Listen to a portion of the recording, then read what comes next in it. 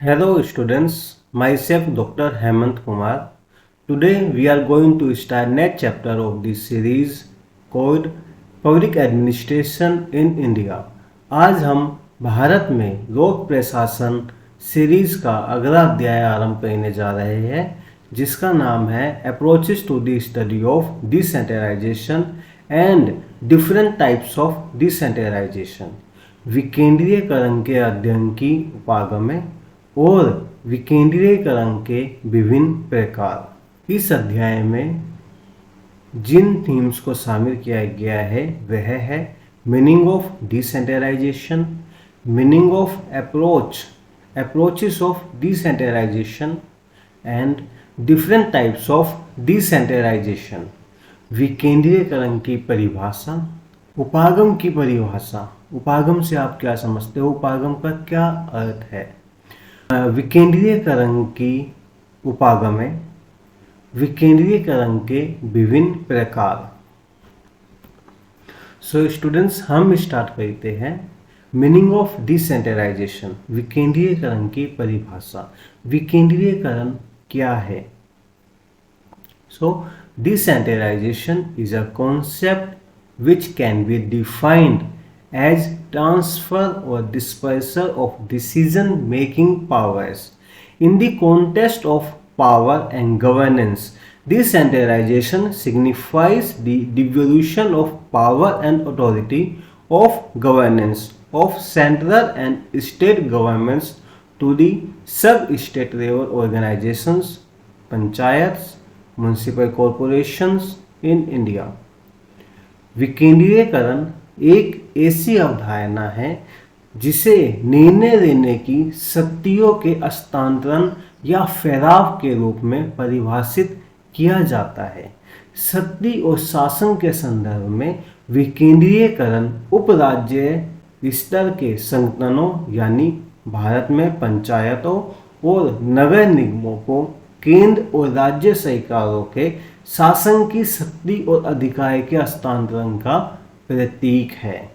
यहाँ पर विकेंद्रीयकरण को बहुत ही संक्षिप्त रूप में डिफाइन किया गया है, जिसमें यह बताने का प्रयास किया गया है कि विकेंद्रीयकरण जो है वो एक ऐसा कॉन्सेप्ट है जिसमें जो डिसीजन मेकिंग पावर होती है, जो निर्णय लेने की जो शक्ति होती है, उसका हस्तांतरण किया जाता है या फिर उसका एक तरीके से मिलेगा उसको विकेंद्रीकृत किया जाता है या उसको विभाजित किया जाता है, उसको एक से दूसरे संस्थान में ट्रांसफर किया जाता है।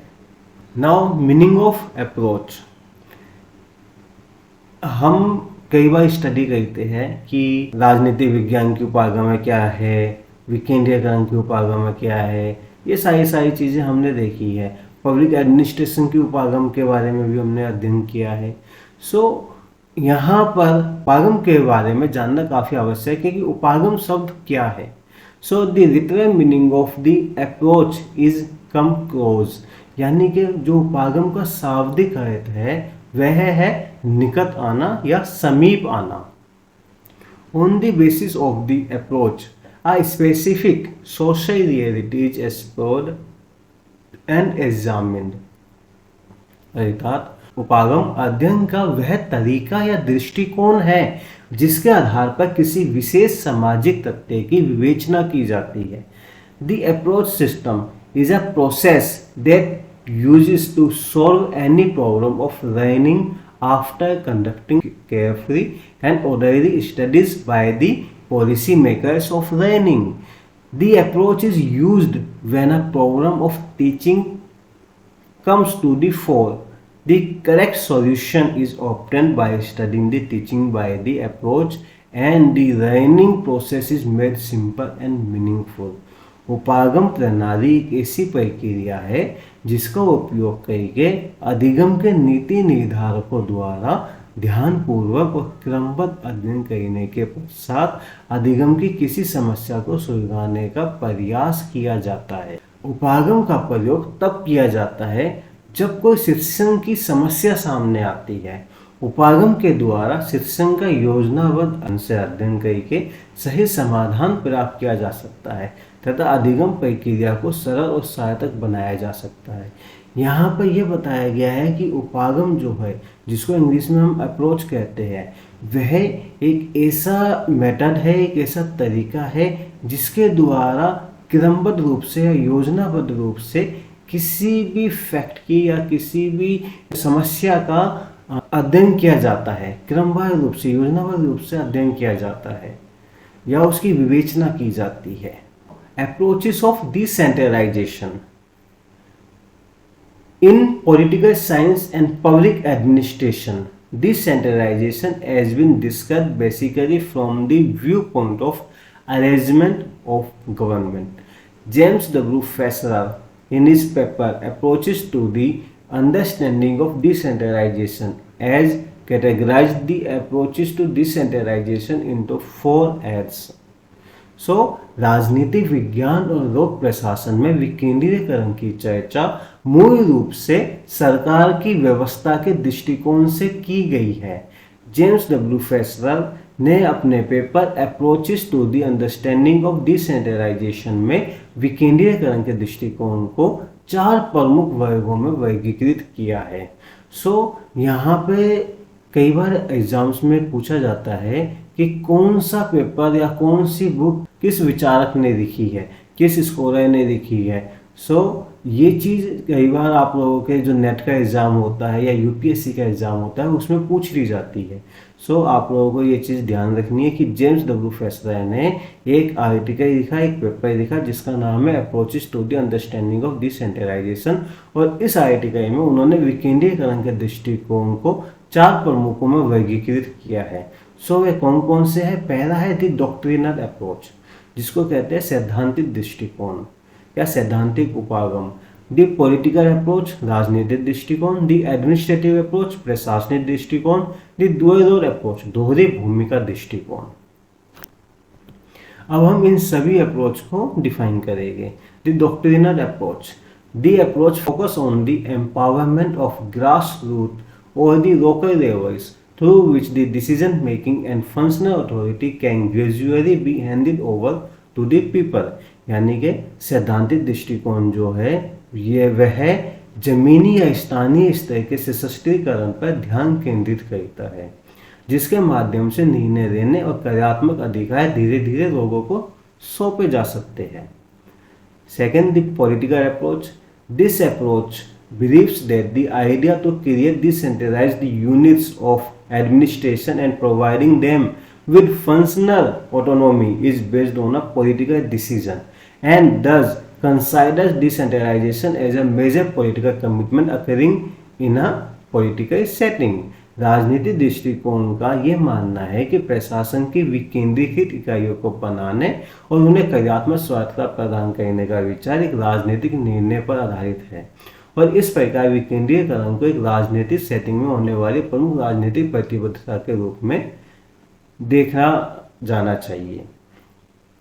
राजनीतिक दृष्टिकोण के समर्थक विचारक ये मानते हैं कि जब भी हम प्रशासन की शक्तियों का विकेंद्रीकरण करते हैं, यानी कि जब भी हम जो पावर्स है उनको विभाजित करते हैं, उनका बंटवारा करते हैं, या फिर हम किसी निम्न जो संस्थान है उसमें कुछ पावर का हस्तांतरण करते हैं या पावर का फैलाव करते हैं, तो ये इसका जो डिसीजन लिया जाता है वो अल्टीमेट एक पॉलिटिकल डिसीजन होता है। एग्जाम्पल के लिए जैसे हमारे यहाँ पर 73वें और 74वें संवैधानिक संशोधन अधिनियम के द्वारा पंचायती राज व्यवस्था और नगर निगम व्यवस्था को अपनाया गया, जिसके द्वारा जो शक्तियाँ है उसको हस्तांतरित किया गया, और ये जो डिसीजन है वो पार्लियामेंट में लिया गया, और पार्लियामेंट में जो पॉलिटिशियन थे उनके द्वारा लिया गया था। The administrative approach, in this approach the aim is to achieve efficiency and effectiveness by creating several administrative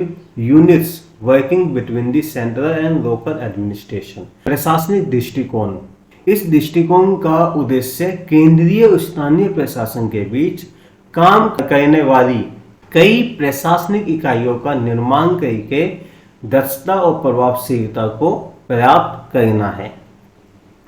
The dual role approach, basically the dual role approach deals with the conflict between tradition and change in the field administration. The duality happens when the maintenance of law and order from the traditional administration comes in conflict with the socio-economic development or the social welfare consideration of the present times. दोहरी भूमिका दृष्टिकोण परंपरा और क्षेत्र प्रशासन में परिवर्तन के बीच संघर्ष से संबंधित है। द्वैत तब होता है जब पारंपरिक प्रशासन से कानून और व्यवस्था का रखरखाव सामाजिक आर्थिक विकास या वर्तमान समय के सामाजिक कल्याण के विचार के साथ संघर्ष में आता है।